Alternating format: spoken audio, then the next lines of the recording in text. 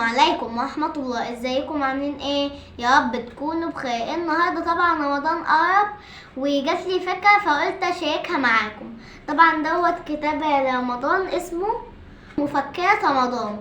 طبعا الكتاب دوت كله بيتكلم عن رمضان، فيه بقى الصلوات وفيه ليلة القدر وفيه بقى يعني أدعية لمدة 30 يوم يعني الشهر كله، وفيه بقى حاجات كتيرة تانية أنا يعني هشوفها معاكم في الكتاب.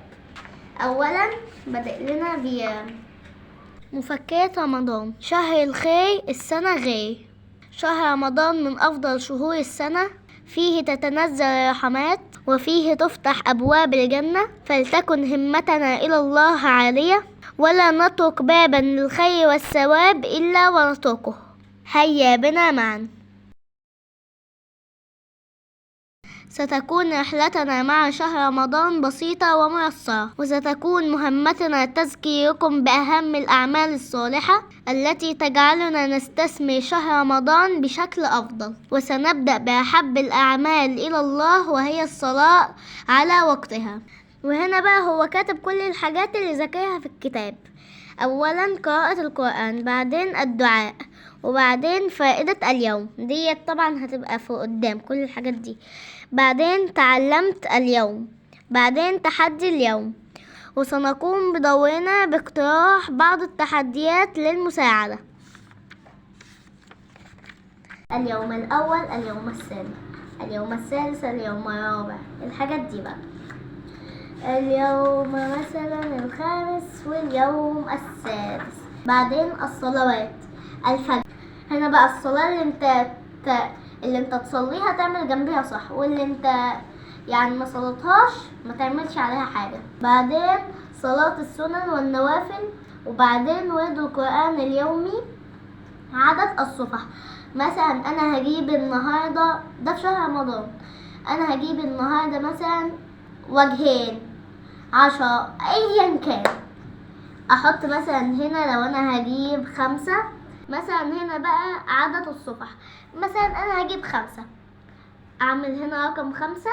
بعدين اتممت الجزء رقم بقى، مثلا انا خلصت جزئين 5 ايا كان 10 كده، حتى لو 30 جزء.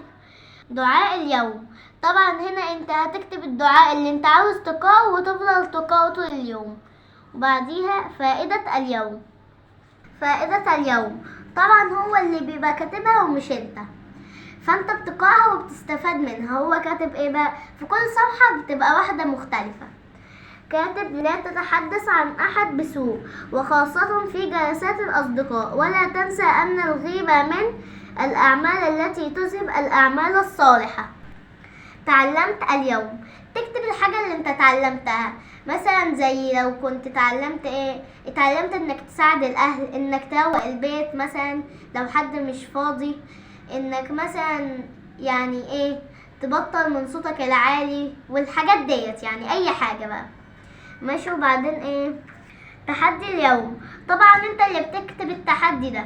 مثلا التحدي ممكن تبقى حاجة انت بتعملها وعاوز توقف تعملها، وحاجة انت ما بتعملهاش وعاوز تعملها. فمثلا مثلا لو انت بتسمع مسلسلات انا مش بسمع، فده مش تحدي. انت بتسمع مسلسلات فانت عاوز تبطل كده، بس انت متعود الحاجة دي يعني تكتبها هنا وتقعد بقى انك ايه ما تعملهاش ماشي. مثلا الاغاني، عاوز ما تسمعش اغاني مثلا دوت تكتبه وايه تحاول انك ما تعملوش. وطبعا التحدي ده بيبقى موجود في كل الصفحات، فانت ممكن بقى تكتب التحدي في كل صفحة لحد ما تخلص كل الحاجات اللي انت ما بتعملهاش او اللي انت عاوز تعملها. وفي سطر بيبقى مكتوب تحت، استنوا، مكتوب هنا سامح كل من حولك وخاصة من أساء إليك. وطبعا في كل صفحة بيبقى مكتوب حاجة غير التانية. تعالوا نقرأ كل الحاجات اللي مكتوبة من الصفحة 1 لحد الصفحة 30. الصفحة الأولى،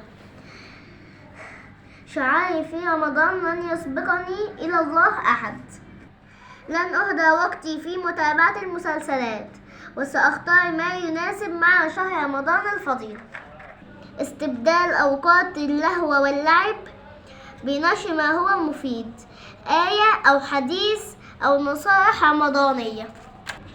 الاتصال بالأقارب وخاصة الذين لم نكلمهم منذ فترة طويلة. سامح كل من حولك وخاصة من أساء إليك. ديت كنا قائلين. تحدي تحضير معلومة عن إعجاز القرآن ونشرها للأصدقاء. معاملة زملائك في المدرسة أو العمل بأفضل طريقة على أنك اليوم في شهر عظيم يتضاعف فيه الأجر والثواب. تخصيص جزء من مصروفي أو مرتبي للتصدق به. تعاون مع عائلتك لتجهيز وجبة إفطار تكفي عائلة فقيرة وأرسلها لهم. وكده خلصنا، وبقى هنخلص لحد اليوم العاشر، وباقي بقى الصفح اللي هم ال20 اليوم لحد اليوم ال30 فيهم حاجات غير اللي احنا قرأناها ديت. بصوا بقى كل صفحة بيبقى فيها فايدة زي كده، زي هنا وهنا وكل الصفحات بقى.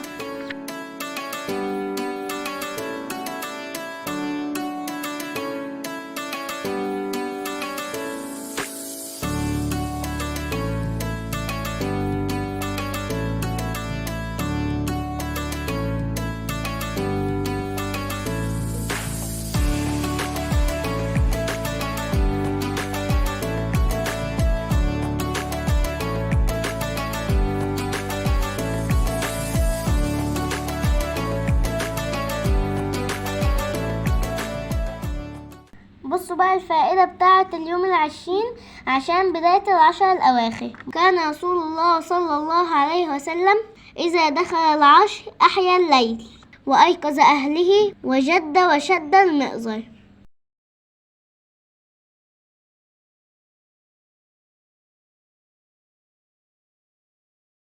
أعطيكم وقت عشان تقرأوها. اليوم 26 ليلة القدر، يعني حتى معرفك. بصوا بقى الفايدة بتاعت ليلة القدر. بسم الله الرحمن الرحيم. ليلة القدر خير من 1000 شهر، تنزل الملائكة والروح فيها بإذن ربهم من كل أمر، سلام هي حتى مطلع الفجر. صدق الله العظيم. اليوم 27 ليلة القدر، وطبعا دوت شكلها حلو قوي ومميز. اليوم 30 جنبيكم، مش ده اهو اليوم 30. وهنا بقى اخر صفحتين في الكتاب. عيد الفطر وبعد شهر رمضان، كل عام وانتم بخير. إظهار الفرح في العيد مهم جدا، ففي العيد يبدو الكون في أزهى الحلل، وتشرق الشمس في أبهى الصور، سرور يعلو وجوه الجميع بعد السعي والعمل. ومن أكثر الأشياء التي تدخل الفرح والسرور إلى قلبك هي إدخال الفرح والسرور على قلوب الجميع، الأقارب والأصدقاء والأطفال. ومن أولى الناس أن تحرص على إدخال الفرح في قلوبهما هما والديك. أدخل الفرح إلى قلب والديك، اقضي معهما العيد كاملا، وافعل ما تستطيع لتنال رضاهم. كل عام وأنتم بخير.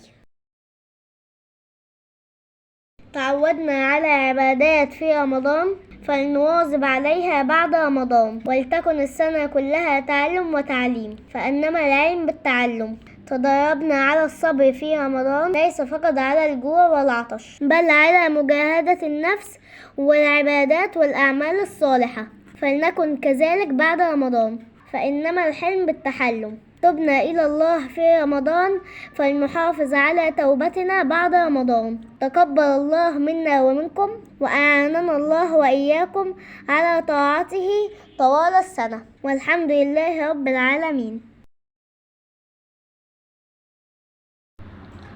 وكده خلصنا الكتاب، وحاولوا تجيبوا كتاب زي ده، مش لازم يبقى هو في كتب كتير يعني فيها نفس الحاجات، وحاولوا انكم تستمعوا على الحاجات اللي زي كده. وطبعا بقى تجيبوا كتاب يحمسكم اكتر ويخليكم تعملوا الحاجات اكتر من انكم تسمعوا الفيديو او تعملوا في كشكول عادي، يعني بيحمس اكتر الكتاب. وكده خلصنا الفيديو، واشوفكم في فيديو جديد. مع السلامة، باي.